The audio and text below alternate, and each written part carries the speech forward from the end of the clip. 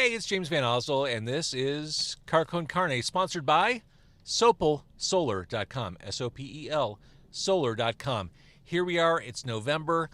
You've got about a month and a half left to take advantage of all the tax incentives that exist when you put solar on your home. And the second you get those panels on your home, the second they're installed, you start saving immediately. It costs nothing out of pocket.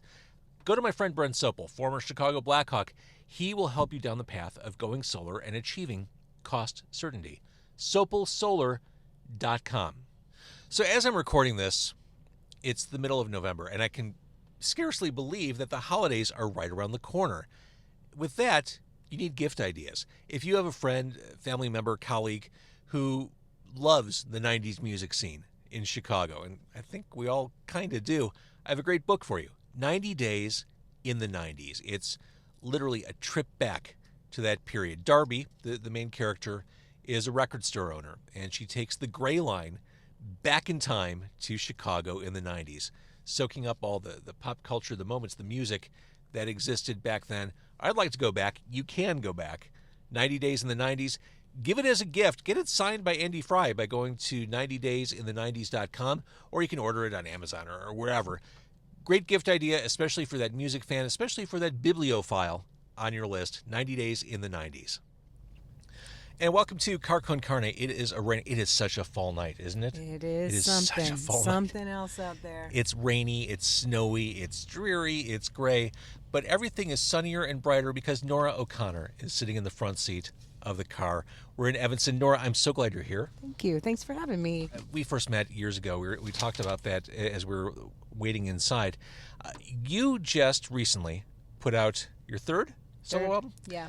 My Heart. A long overdue, some would say, new solo album? Some might say. I've been busy. You've been busy, and I guess we could start there. I mean, you're kind of known, modern days, by the company you keep, or have kept. Right. The tours you've been on, whether it's with Nico Case, or playing with Decemberists, or Iron and Wine. I mean, Jacob Dylan, you worked with him. Yeah. Andrew Bird. I'm sure I'm forgetting like a dozen names. Like, you're the go-to voice. Yeah, I've got really talented friends. Kelly Hogan. Kelly Hogan. Yeah. Robbie Fulks. Robbie Fulks. Yes. The list goes on. But yeah. You've been so busy in those orbits that we haven't had enough Nora time. Right. Yeah, I guess so. Yeah, I just, if I could talk about why now. Yeah. Why now? That's where I'm going with this. Yeah. Why now? Why now? I think it's just something that I've just put on the back burner for a long time. I'm not particularly that motivated to be constantly working and constantly touring and writing and making records. It's a grind. It is a grind, and I kind of love this kind of niche career I've made for myself, which is touring for a little bit, being home, raising the kids, going back on the road. I'm like a stay-at-home mom that tours with really amazing rock bands. Stay-at-home rock star. Yeah, I'm a stay-at-home person who sings with rock stars. But I started doing these backyard concerts at the beginning of the pandemic, like this, in the summer when we started like being outside with people 10 feet apart or whatever it was. I started playing these backyard concerts, and I had written a couple of songs and before that, and I started doing them in my set. I mean, I like singing covers. I like singing other people's songs. I like interpreting songs. I think that there's something to that. And but I just had a notion that I want more new original music in my set list. I was really liking playing solo. So, like so many other musicians, I had some time in my hands. Right. And so the time felt right to just see what was inside, what is even in here. It's been so long since I wrote songs, and so these songs were from the most recent batch of songs I wrote. Yeah. Is the Nora O'Connor who wrote those songs, who came up with the songs from My Heart, the same person who recorded that first solo album decades ago? No, God. No, thank goodness. No, she was, bless her heart. Sometimes I think about her and I want to give her a hug. No, that girl, that I put out that record in like 95 or 96 with Michael Cameron from Uncommon Ground, because that's where I was playing back then. He was such he is a huge supporter of local musicians, and he started a label and he put out my first record. But that was, for me, those were the first 10 songs that I wrote, and I just wanted to kind of just put it out, make a record, and just so I can say, okay, this is what I do. But again, I guess this record that I just made, it was the same thing. Like, oh yeah, this is what I do. I make music, so why don't you make a record? So maybe I am. I'm a little smarter. Well, again, the album is My Heart. That's the new Nora O'Connor record. It's awesome. It's self-described having a 70s AM radio vibe. And when I read about that before I heard the album, I know exactly what that means, because I still have memories driving in the back seat of my parents' car, listening to whatever it was, WLS or whatever the stations were back in the day, playing all those Leo Sayer songs. Yep, exactly. Yeah, that stuff is in my DNA. It's funny, we're in a car now, but it is the AM radio. Like, I remember just sitting in my driveway in my parents' car listening to the radio, trying not to run the listening to the battery countdown down. shows. Yeah. And all those songs, they're yacht rock now. Well, there is a difference between soft rock and yacht rock. There is. Okay. And if my friend Liam Davis was here, he would explain it to you. Like, soft rock is like 1978 to 1982. I think yacht rock kind of goes a little further each way. So what's Little River Band? Where do they fall? Soft rock. Soft rock. Really? I think so. Reminiscing? Little River Band, I'm thinking like Lady. The Okay. song Lady by Little River Band. That's yeah, it's we can do a whole show on soft rock versus yacht rock. And we probably should, because I don't know where Night Owls by Little River Band would fall.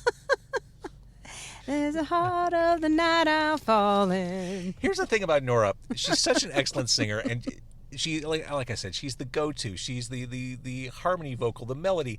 We are standing inside Firehouse in Evanston. She can't help herself. There's a guitarist playing, an acoustic guitarist in the corner by the bar. He's playing The Gambler by Kenny Rogers. Nora, just without even, it's like reflex. She starts harmonizing to The Gambler. I can't help it. I can't help it. I love that. I mean, you come as advertised. Yeah. Like yeah. Yeah. singer in the corner doing covers. I've always been drawn to the harmony. Always, always, always. Like, when I think about those songs, I know all the harmonies for all those dumb songs and good songs, but all of them, no shame. Like, it's just kind of, that's where my ear goes. That's where I want to sing. So knowing all the people you work with and the people you know, when you put together this album, my assumption is that you could put together a Tiger team. Like, basically, you are Nick Fury assembling the Avengers. You have your pick of whoever you want to work with on the album. It's true. But I didn't want to do that. I could have had Scott Ligon come in and just play the heck out of the guitar and Hammond organ, I am surrounded by amazing musicians, but I wanted to do all the vocals. I definitely wanted Alex Hall, who played drums, and he co-produced the record, and we recorded at his studio. He was a big part of it. My friend Casey McDonough was a big part of it. So we just hired a couple people. I couldn't help myself. I had to have Scott come in and do a few things, but I wanted it to be mostly me. The guitar is almost all you, right? Yeah. Except some of the shredding. That's Scott Ligon and Robbie Gerso, and John Rawhouse, who lives in Phoenix, Arizona. I sent him a song, and he put some pedal steel on it and sent it back. Magic. So to talk about some of the songs on the album, My Heart, on Pravda, you talked about enjoying playing covers. Only one cover to be found on here. Yeah. And it is not exactly a well-known song. No. You dug. I mean, you went through the stacks for this one. I did. I definitely did. Margot Gurian, It's All Right Now. I just, heard about her in the last few years. One of my bandmates, when I was touring with Nico, Carl Newman, who's in the New Pornographers, and he's also touring with me in the Nico Case Band. You know, he is an encyclopedia. I swear, it's a master class when I go on tour with some of these Those people. are good friends and work friends to have, too. Oh, my God, he's so... I'm just like... I come home so much smarter from tour because everyone is just total... They just know so much. We all kind of teach each other, and we talk about music all the time, obviously. But, you know, he started playing this Margot. He's like, "You've never heard of Margot Gurian?" I'm like, "No, tell me." And this... There's a song, she's a record called Take a Picture, and then there's another record called 27 Demos, and this song just jumped out. I'm like, these chords are crazy. I have to at least learn how to play this song just for an exercise. And then I just started thinking about, you know, how I would record it to try to, I didn't want to record it exactly the way she did. She's got a string section. We used vibes. But we tried to molt my voice the way her voice is malted, and I just found I really like kind of creepy breakup songs, and this one is one of those songs, and I knew I wanted to cover, and I thought I would do this one to try to turn more people on to her music. I love it. My Heart is the album. My Heart, the song, lovely song. There's a video that goes along with it. The piano is kind of the star of the song. The piano is the star. The piano, it was actually up to the piano decided how that song was going to be, because I brought that song into the studio in the morning. It was, you know, I'm like, "Hey guys, here's the chords. I'm playing an acoustic guitar. Me, Casey, and Alex are sitting around, and I'm playing guitar. Casey's playing bass. Alex is playing drums." And I'm like, "Okay, let's lay down let's just press record and see what happens." But as we were walking back to the control booth, I sat down at the piano and started playing, and I was like, "Oh, this is what the song wants to do." So at the end of the day, it was a totally different song, and it was just one of the greatest experiences in the studio, just to have a song just kind of take over, and that's I what love happened. This song, and it was such a no-brainer to do a video for that. Yeah, it's a really happy song, and Joey Garfield, who